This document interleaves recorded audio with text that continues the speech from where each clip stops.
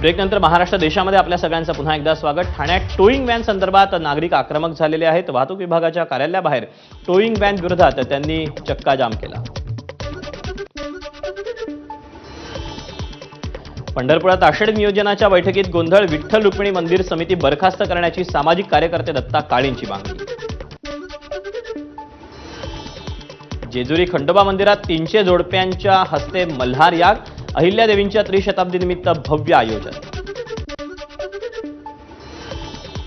सिंधुदुर्ग जिल्ह्यातील वैभववाडी आणि कुडाळमधील ग्रामीण भागात मुसळधार पावसाची हजेरी। पावसामुळे जिल्ह्यातील अनेक धबधबे प्रवाहित।